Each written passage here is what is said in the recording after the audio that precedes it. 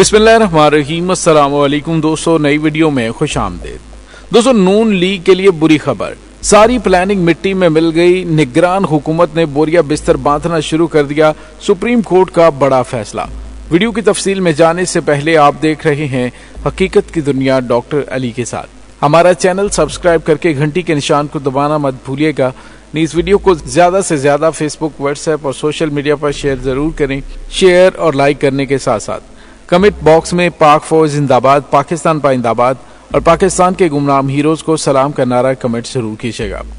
दोस्तों, supreme court of Pakistan में justice Jamal Mandokhel और मंसूर अली के जरिए सुप्रीम कोर्ट में इख्तलाफी नोट्स करवाए गए, जैसे 1997 में जस्टिस सजाद अली शाह के खिलाफ करवाए थे। दोनों जजेस आज के रिमार्क्स बिल्कुल हूबहू वही हैं जिन पर नून लीग हुकूमत बयानियां बना रही है और जो आजम नजीर तारड़ ने मौक़िफ़ इख्तियार किया।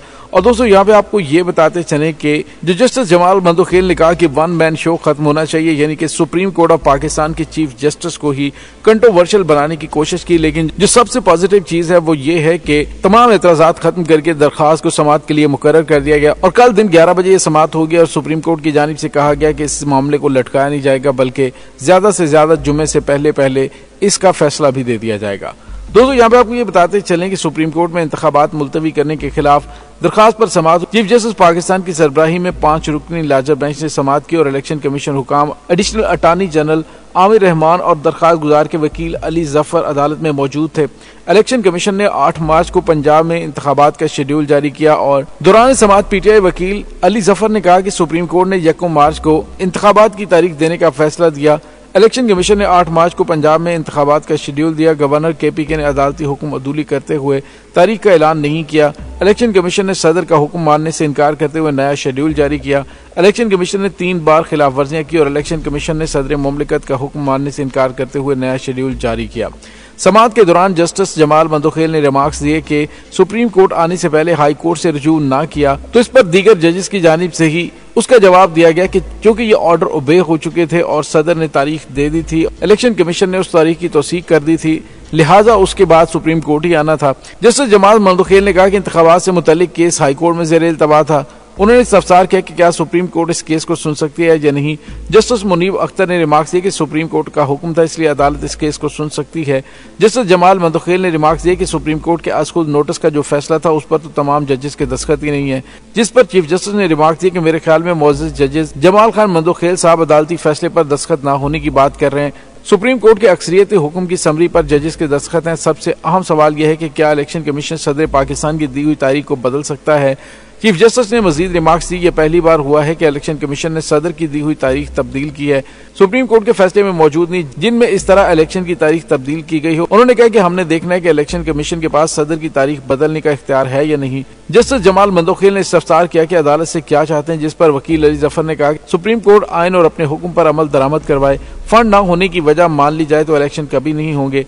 पीटीआई वकील अली जफर ने कहा कि 2 सूबों के इलेक्शन का मामला एक हाई कोर्ट नहीं सुन सकती। सुप्रीम कोर्ट अपना इख्तियार इस्तेमाल करके फैसला कर चुकी है।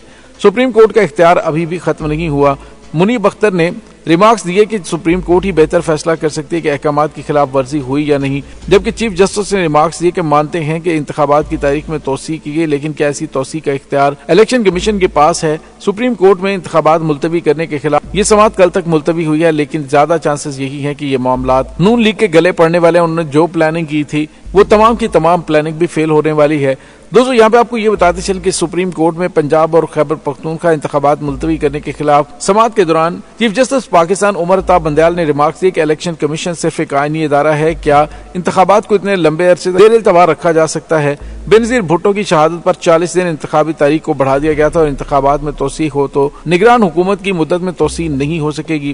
दोस्तों, दूसरे लफ्जों में निगरान हुकूमत जिस खुशफहमी का शिकार थी उसकी खुशफहमी भी दूर कर दी गई है। आइन के अंदर इसकी कोई गुंजाइश नहीं है कि 90 रोज के बाद ये निगरान हुकूमत रहेगी। दोस्तों, दूसरी जानिब आपको ये भी बताते चलें कि अदलिया के जजेस के अंदर जो तजाद नजर आ रहा है, इससे साफ पता चल रहा है कि नून लीग की जानिब से बड़े पैमाने पर कोशिश की गई है कि इन मामलात को पोस्टपोन किया जाए। सुप्रीम कोर्ट के जस्टिस मंसूर अली शाह और जस्टिस मंदोखेल इलेक्शन आज खुद नोटिस केस का तफसीली फैसला भी जारी किया। 28 सफ़ात पर मुश्तमिल तहरीरी फैसला जस्टिस मंसूर अली शाह ने तहरीर किया। इलेक्शन आज खुद नोटिस को 4 जजेस ने मुस्तरद किया। पंजाब और खैबर पख्तूनख्वा में इलेक्शन आज खुद नोटिस केस की दरखास्त मुस्तरद और कार्रवाई खत्म की जाती है। पार शो पर नजरसानी करनी चाहिए। सुप्रीम कोर्ट किसी एक जज के फैसले पर इन्हिसार नहीं कर सकती। सुप्रीम कोर्ट को मजबूत करने का वक्त आ गया। हमें चाहिए कि इख्तियारात पर नजरसानी करें। फैसले में बताया गया कि पंजाब और खैबर पख्तूनख्वा से मुतल्लिक फैसला 3-4 तनासब से दिया गया और फैसले में कहा गया कि पानामा केस के पहले राउंड 3-2 का फैसला आया था और 3-2 के फैसले के बाद 3 रुकनी बेंच ने फैसले की कार्रवाई को आगे बढ़ाया। जस्टिस याह्या अफरीदी और जस्टिस अतर मिनल्ला को उनकी मर्जी के बगैर बेंच से निकाल दिया गया। चीफ जस्टिस को किसी भी जज को बेंच से निकालने का इख्तियार नहीं और जजेस को उनकी मर्जी के बरक्स बेंच से निकालने की कानून में इजाजत नहीं। 2 जजेस ने फैसला देते हुए बेंच में रहने का मामला चीफ जस्टिस की सवाबदीद पर छोड़ दिया और उनका फैसला मामले के इख्तितामी हतमी फैसले में शामिल है।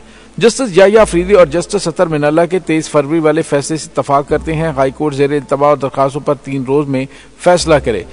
तो दोस्तों, इससे आप अंदाजा लगा सकते हैं कि किस तरह से खिचड़ी पक रही है और पाकिस्तान के इदारों को इस इम्पोर्टेड सरकार ने किस दोराहे पर ला खड़ा किया है।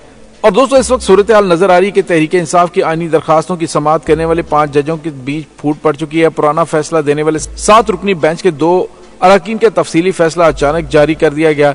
जस्टिस मंदोखेल और जस्टिस मंसूर अली शाह ने जस्टिस अतर मिनल्ला और जस्टिस याह्या अफरीदी से इत्तफाक करते हुए पीटीआई की दरखास्त 4 और 3 से मुस्तरद कर दी। दोस्तों, नून लीग के मीडिया विंग की जानिब से तो यही साबित करने की कोशिश की जा रही है कि जस्टिस मंसूर अली शाह और जमाल मंदोखेल के जो फैसले या फिर रिमार्क्स हैं, इस पर बड़ा मामला खराब हो गया है। लेकिन आपको ये बताते चले कि इसकी कोई कानूनी हैसियत नहीं। ये अचानक फैसला सिर्फ एक खबर के तौर पर देखा जा सकता है। आज की समाअत पर इसका कोई असर नहीं पड़ेगा। हाँ, अलबत्ता प्रोपेगेंडा और सियासत के लिए काफी मवाद मुहैया कर दिया गया है। दोस्तों, दूसरी जानिब आपको ये भी बताते चलें कि इस्लामाबाद हाईकोर्ट ने इमरान खान की 7 मुकदमात में अबूरी जमानत मंजूर करते हुए पुलिस को गिरफ्तारी से रोकते हुए इमरान खान की बतौर साबिक वज़ीर-ए-आज़म सिक्योरिटी वापस लेने पर हुकूमत से जवाब तलब कर लिया है।